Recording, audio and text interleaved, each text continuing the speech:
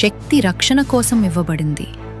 కానీ అదే శక్తి అధికారంగా మారితే, ఆ అధికారం అణచివేతగా మారినప్పుడు పరిస్థితి పూర్తిగా మారిపోతుంది. ప్రజలను కాపాడాల్సిన వారే వారిని బాధించే స్థితి ఏర్పడితే అది సాధారణ యుద్ధం కాదు, వ్యవస్థ లోపల నుంచే కూలిపోతున్న సంకేతం. ధర్మం తన స్థానం కోల్పోయి అన్యాయం విస్తరించినప్పుడు సమతుల్యతను తిరిగి స్థాపించడానికి దైవం ప్రవేశిస్తుంది. ఇదే పరశురామ అవతారం. వామనావతారంతో సమతుల్యత తాత్కాలికంగా స్థిరపడింది. కానీ కాలక్రమేణా మరో సమస్య ఉద్భవించింది. రక్షణ కోసం ఉన్న కొంతమంది క్షత్రియులు తమ ధర్మాన్ని మరిచిపోయారు. వారి శక్తి అధికారంగా మారి వారి బాధ్యత దుర్వినియోగంగా మారింది. ప్రజలను రక్షించాల్సిన వారే వారిని అణచివేయటం ప్రారంభించారు. ఇది వ్యక్తిగత అహంకారం కాదు, వ్యవస్థలోని అవినీతి. ఇదే సమయంలో జనవాసానికి దూరంగా ఆశ్రమంలో ఒక ఋషి జీవిస్తున్నాడు. అతడే జమదగ్ని మహాముని. ఆయన భార్య రేణుక. వారు తపస్సు, ధర్మం, సత్యంతో జీవించారు. వారికి ఒక కుమారుడు జన్మించాడు. అతడే రాముడు. కానీ ఈ రాముడు సాధారణుడు కాదు, పరశును పొందిన పరశురాముడు. పరశురాముడు జమదగ్ని మహర్షి కుమారుడు కాబట్టి బ్రాహ్మణ వంశంలో పుట్టి జ్ఞానం, తపస్సు, శాంత స్వభావం వంటి లక్షణాలను పొందాడు. కానీ అతను కేవలం తపస్సుతోనే పరిమితం కాలేదు. పురాణాల్లో చెప్పబడిన ప్రకారం పరశురాముడు చిన్నప్పటి నుంచే తపస్సు మరియు ఆయుధ విద్యపై ఆసక్తి చూపించాడు. అతను శ్రీపరమశివుడిని ఆరాధించి అడవిలో నివసిస్తూ దీర్ఘకాలం ఉపవాసంతో మరియు అచంచల ధ్యానంతో పూర్తిగా శివునిపై మనసు కేంద్రీకరించిన అతడు తన తపస్సుతో శివుడిని ప్రసన్నం చేశాడు. శివుడు ప్రసన్నమై ఆయుధ విద్యలు నేర్పాడు. యుద్ధంలో అజేయుడిగా ఉండే శక్తి ఇచ్చాడు. మరియు ఒక ప్రత్యేక ఆయుధం పరశు గండ్రగొడ్డలి ప్రసాదించాడు. అందుకే పరశు మరియు రాముడు కలిసి పరశురాముడు అయ్యాడు. ఇది సాధారణ యోధుడి కథ కాదు. బ్రాహ్మణుడి జ్ఞానం మరియు క్షత్రియుని శక్తి కలిసినప్పుడు మాత్రమే అన్యాయాన్ని సరిచేసే దైవిక శక్తి ఉద్భవిస్తుంది అనే సారాంశాన్ని ఈ అవతారం ప్రతిబింబిస్తుంది. జ్ఞానం, శక్తి రెండూ కలిసినప్పుడు మాత్రమే అన్యాయం ఎదుర్కొనగల శక్తి పుడుతుంది. అదే సమయంలో ఒక శక్తివంతమైన రాజు కార్తవీర్య అర్జునుడు ఉన్నాడు. అతనికి అపార శక్తి ఉండి వేల చేతులు కలిగినవాడిగా వర్ణిస్తారు. మొదట అతను ధర్మపరుడే. కానీ శక్తి పెరిగే కొద్దీ గర్వం కూడా పెరిగింది.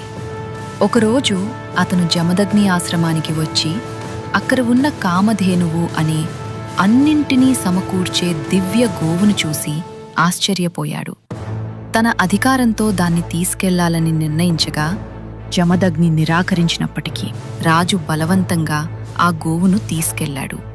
ఇది కేవలం దోపిడీ కాదు, ఇది ధర్మానికి అవమానం. పరశురాముడు ఆశ్రమంకి తిరిగి వచ్చి ఇది తెలుసుకున్నాడు. అతనిలోని క్షత్రియ శక్తి మేల్కొంది. అతను కార్తవీర్య అర్జునుణ్ణి యుద్ధంలో సంహరించాడు. కానీ ఇక్కడితో కథ ముగియలేదు. కార్తవీర్య అర్జునుడి కుమారులు ప్రతీకారం తీర్చుకున్నారు. వారు జమదగ్ని మహర్షిని హత్య చేశారు. ఇది ఒక వ్యక్తిగత దుఃఖం కాదు, ఇది వ్యవస్థ పూర్తిగా కూలిపోయిన సంకేతం. పరశురాముడికి తన తండ్రిపై ఎంత ప్రేమ అంటే, పరశురాముడు తన తండ్రి మాటను పరమధర్మంగా భావించి ఒక సందర్భంలో ఆయన ఆజ్ఞను పాటిస్తూ తన తల్లిని కూడా సంహరించాల్సిన స్థితికి చేరుకున్నాడు. పరశురాముడు తల్లి రేణుకాదేవి. ఒకరోజు ఆమె నదికి నీళ్లు తేవడానికి వెళ్ళింది. అక్కడ ఒక గంధర్వుణ్ణి చూసి క్షణకాలం మనసు చెదిరింది. ఆమె సాధారణంగా తపస్సుతో సంపాదించిన శక్తి వల్ల మట్టితో కుండ చేసుకుని నీళ్లు తీసుకువచ్చేది. ఆ రోజు మనసు తడబడడంతో అది సాధ్యపడలేదు. ఆమె ఆలస్యంగా ఆశ్రమానికి చేరింది. జమదగ్ని మహర్షి తన తపస్సు వల్ల జరిగినది గ్రహించి కోపంతో తన కుమారులకు ఆజ్ఞ ఇచ్చాడు. మీ తల్లిని సంహరించండి. మిగతా కుమారులు నిరాకరించారు. కాని పరశురాముడు తండ్రి ఆజ్ఞను ధర్మంగా భావించి ఆజ్ఞను పాటించాడు. పరశురాముడు తన తల్లిని సంహరించాడు. జమదగ్ని మహర్షి అతని విధేయతకు సంతోషించి వరమిచ్చాడు. ఏ వరం కావాలో కోరుకో అన్నాడు. పరశురాముడు కోరుకున్నాడు. తన తల్లి తిరిగి జీవించాలి, తన సోదరులు తిరిగి బ్రతకాలి. ఈ సంఘటన వారికి గుర్తు ఉండకూడదు. జమదగ్ని మహర్షి ఈ వరాలు ఇచ్చాడు. అంటే రేణుకాదేవి తిరిగి జీవించింది. తన కుటుంబం మళ్లీ సాధారణంగా మారింది. అలాంటిది పరశురాముడు తన తండ్రి మరణాన్ని చూసి పరశురాముడు ఒక ప్రతిజ్ఞ చేశాడు. ఈ భూమిపై క్షత్రియుల అహంకారాన్ని పూర్తిగా నిర్మూలిస్తాను.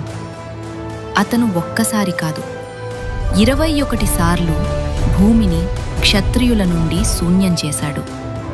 ఇది ప్రతీకారం కాదు, ఇది ఒక వ్యవస్థను పునఃప్రారంభం చేయడం. పరశురాముడు చివరకు తన కోపాన్ని విడిచాడు. భూమిని ఋషులకిచ్చాడు. తపస్సులో లీనమయ్యాడు. పరశురామ అవతారం మనకొక కఠినమైన సత్యం నేర్పుతుంది. శక్తి తప్పు కాదు, కానీ ధర్మం లేకుండా ఉన్న శక్తి ప్రమాదం.